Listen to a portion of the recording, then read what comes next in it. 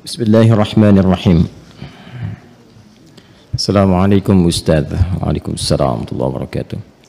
Semoga Ustaz selalu dalam lindungan dan rahmat Allah Subhanahu wa taala. Amin. Semoga Allah memberikan perlindungan dan rahmat kepada Anda dan keluarga lebih baik dari apa yang Allah berikan kepada kami, dan kita diberikan pancaran kemuliaannya.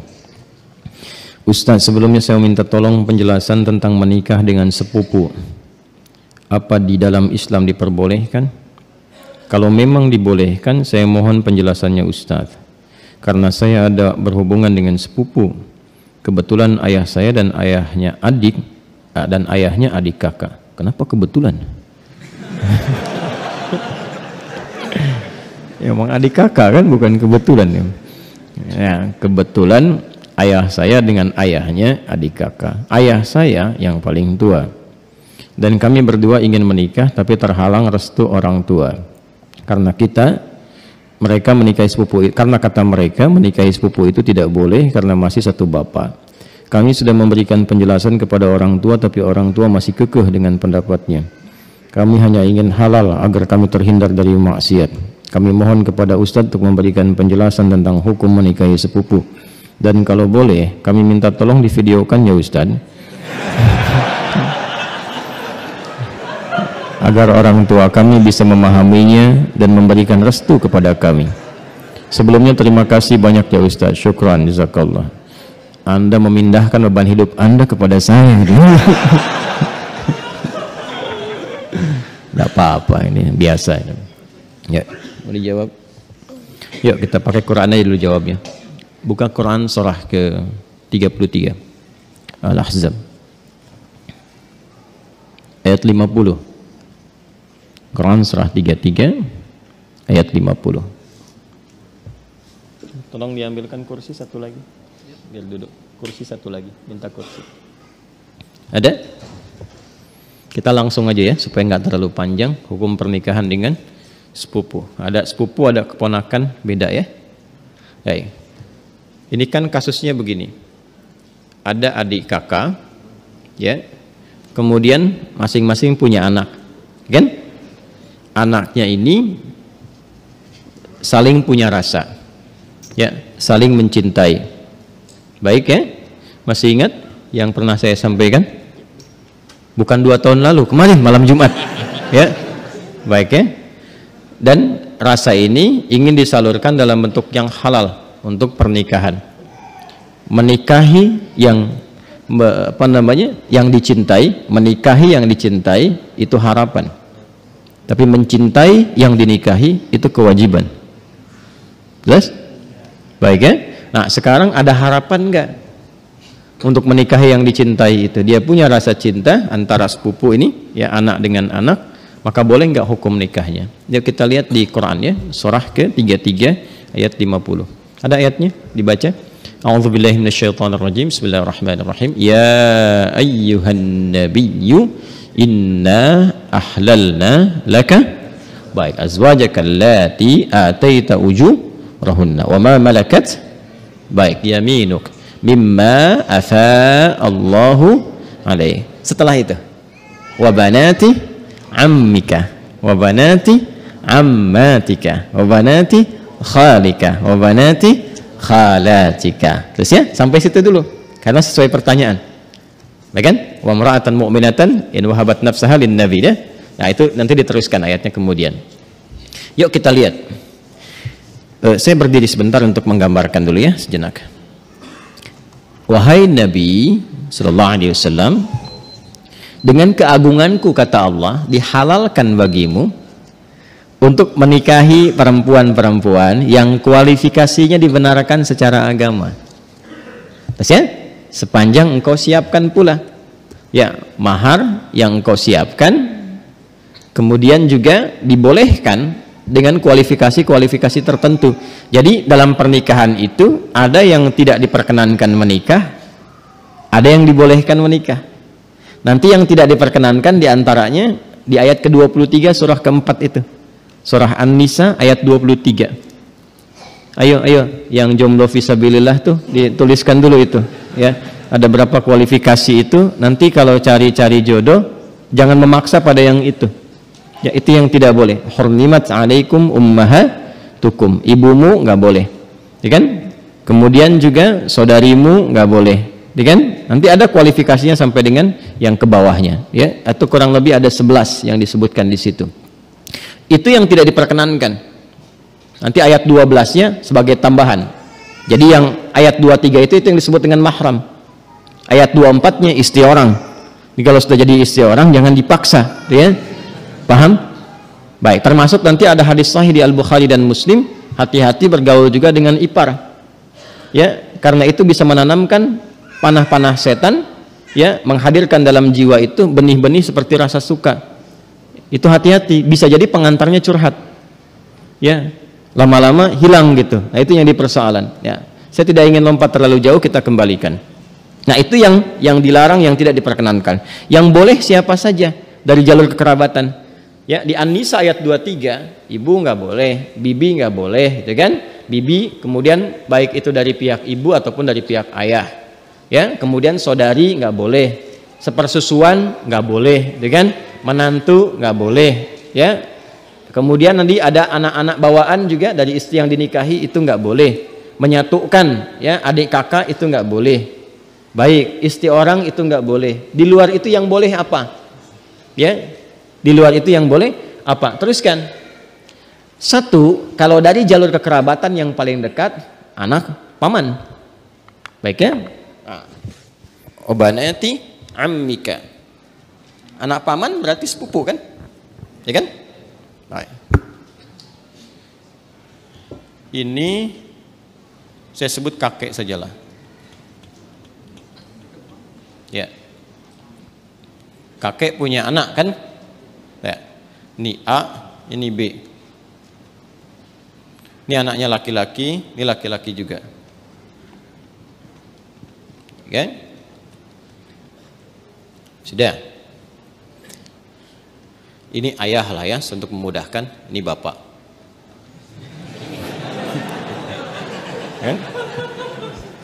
Kan punya anak kan? Berarti jadi ayah. Itu punya anak berarti bapak. A-nya apa? Ayah. B-nya bapak. Jelas? Nah, ini punya anak. Baik, ya. Ini X. Yang ini ya kan? Ini Y. Baik. Yang ini perempuan Y. Yeti misalnya kan? Ya. Ini Safi. Ya. Kalau dia punya anak beberapa, misalnya Safi, Messi, misalnya siapa lagi ke bawah, misal. Ini laki-laki, ini perempuan. Nah, ini sepupuan kan? Ini kan? Ya, halo? Ini dengan ini sepupu ya? Baik. Nah, ini Yeti dengan Safi ada rasa saling mencintai. Ingat, mencintai dengan menyukai itu berbeda. Suka, semua bisa disukai, tapi tidak setiap yang disukai itu harus mencintai. Jelas ya? Baik. Sama dengan begini, tak kenal maka tak bukan ta'aruf. Ya. Karena tidak harus yang dikenali itu disayangi. Anda kenal istri tetangga, apakah harus sayang padanya? Tidak kan? Paham ya? Baik. Jadi kenal itu tidak harus sayang. Halo? Paham? Nah, tapi kita menyukai siapapun harus suka dalam konteks kebaikan. Tapi tidak selalu yang disukai itu harus dicintai. Cinta itu diikat dengan nilai-nilai yang baik. Karena itu bagus pertanyaannya. Ingin tahu rambu-rambu agama. Supaya tidak keluar dari nilai-nilai itu. Supaya tidak masuk dalam jerat-jerat setan. Apa hukumnya kemudian kalau ini ingin menikah dengan ini? Ini ada anak paman nih. Ini kan kesini paman kan? Ya kan? Ini ada anak pamannya nih. Anak pamannya. Apa hukumnya kalau saya ingin menikah dengan anak paman? Maka dijawablah kemudian di Al-Ahzab tadi. Di ayat yang ke-50. Wabanati ammika wabanati ammatika. Ya, wabanati khalika wabanati khalatika. Am itu paman dari ayah. Khal paman dari ibu. Ammah, ammatun, ya, itu bibi dari ayah. Jadi ayah misalnya punya saudari perempuan. Bibi kan? Ya. Baik, ibu kan punya juga ya, saudari ya. Nah, dari ibu itu disebut dengan khalun dan khalatun, dari ayah disebut ammun dan ammatun. Jelas? Baik. Jadi hukumnya kalau ingin menikah antar sepupu boleh-boleh saja karena ini bukan mahram. Ya. Jelas? Sampai sini boleh. Kalau ditanya apakah boleh menikah antar sepupu? Boleh. Sepanjang tidak ada sebab-sebab lain yang mengharamkan itu. Apa sebab-sebab yang lain? Ini hukum asalnya boleh. Tapi nanti ada sebab-sebab lain yang menjadikan terlarang. Misal, ini hukum asal boleh, tapi ternyata ibunya Safi misalnya saat Safi lahir ASInya macet. Maka minta kepada ibunya Yeti untuk bisa di-share ASInya. Ya kan? Halo? Ada yang salah? Huh? Share, like, and comment, ya kan? Baik. Kalau ini kemudian mendapatkan ASI yang sama dari ibunya Yeti, ya, sini ada ibu misalnya. Jadi saudari atau saudara sepersusuan. Dia walaupun sama-sama sepupu tidak menjadikan keduanya boleh menikah karena ada hubungan mahram birradha'ah. Tapi kalau di luar itu aman misalnya, bukan saudara atau saudari sepersusuan dan tidak ada faktor-faktor lain yang menjadikan ini terhambat, maka boleh-boleh saja. Tidak ada masalah di situ. Jelas? Sekalipun ada kebolehan, tapi tetap ditempuh dengan cara yang terhormat. Ya, jadi tidak boleh misalnya kawin lari, capek, sambil lari nikah gitu kan? Tidak, jangan. Tetap sekarang cari cara untuk memahamkan dengan cara yang baik dan bermohon kepada Allah kalau memang diniatkan ibadah, niat ibadah dengan cara yang benar, dengan cara yang baik, sifatnya nanti akan dibimbing oleh Allah dengan cara yang baik. Ada doanya untuk melembutkan hati orang tua misalnya, ditampakkan nilai-nilai kebaikan. Jadi kalau ada penolakan dengan karakter, dibalas dulu dengan akhlak. Biasanya akhlak itu melembutkan hati. Ya, Anda misalnya datang kepada ibu, ibu nolak, nggak usah yang itulah, cari yang lain misalnya kan. Dan Anda merasa itu baik buat Anda misalnya, taat dulu aja pada ibu, jangan dibantah dulu. Nggak usah pakai tapi walaupun meskipun, udah ya, taati saja dulu. Begitu Anda taati baik, lalu tampakkan nilai-nilai kebaikan, doa sampai lembut hatinya. Ya, demikian calon pasangan juga nanti mendoakan juga, memberikan akhlak yang baik. Ketika kelembutan itu ada, maka cara kita kemudian berkomunikasi akan berbeda dan hasilnya tidak sama dengan yang pertama. Paham sampai sini? Baik. Jadi jangan bergantung ya yang bertanya pada video ini untuk dibawa kepada orang tua. Ya. Ini jawaban Ustadz Adi misalnya, tidak ya. Bagi saya tetap hukum aja yang didahulukan. Ini hukumnya boleh, tapi akhlak itu yang diutamakan. Paham sampai sini? Baik. Nah, supaya tidak keliru memahami, kalau kita teruskan itu ada kalimat khalisatan laka min dunil mu'minin. Ada kekhususan untukmu. Teruskan ayatnya ya, teruskan ayatnya.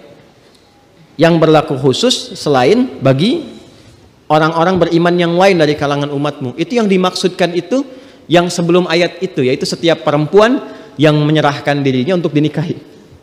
Itu kekhususan bagi Nabi SAW. Ya, jadi ada sifat yang spesial bagi Nabi ketika berhijrah. Ada di antara sahabat-sahabat mulia beliau itu yang kemudian meninggal dunia, meninggalkan anak-anaknya, ada istri dan keluarganya.